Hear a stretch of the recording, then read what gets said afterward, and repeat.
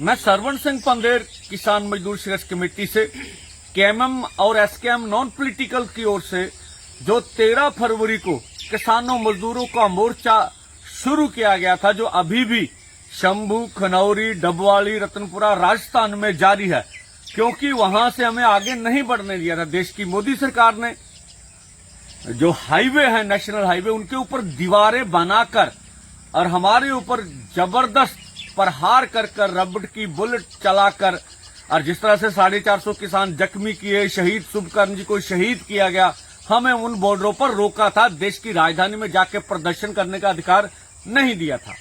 तो जिस तरह से मोदी सरकार को घुमंड था, और वो आपने देखा है, जिस तरह से मोहन भागवत जी ने भी कहा है, और वो घमंड जो है देश के किसान मजदूर ने खत्म किया है।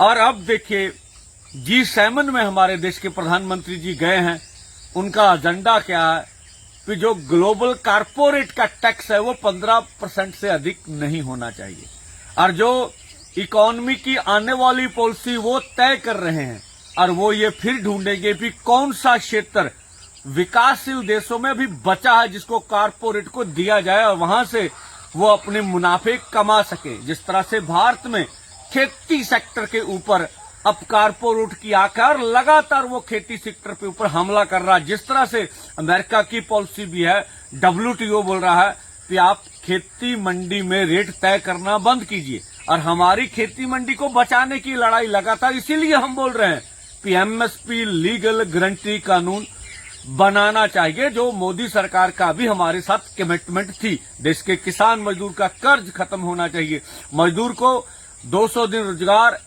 जो 700 रुपया दिहाड़ी ये मिलनी चाहिए। अतिआत मांगे हमारी है, लेकिन मुझे नहीं लगता कि मोदी सरकार ने भारत का पक्ष G7 में जाके रखा होगा आम किसान मजदूर और आम लोगों का।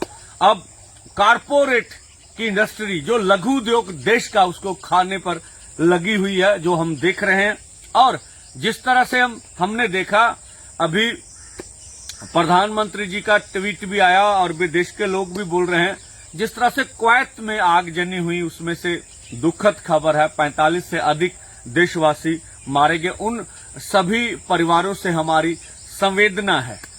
और इसी तरह की आगजनी जो मणिपुर में भी हुई थी, जहां देश की लड़कियों को नंगा नचाया गया था, जिस तरह से मोहन भागवत जी ने कहा था, ये हुआ या किया गया, इसकी जांच होना चाहिए। अब प्रधानमंत्री जी को मणिपुर भी अभी वेट कर रहा, अभी कभी वहां जाएं और उन लोगों का दुख दर्द नोट करें।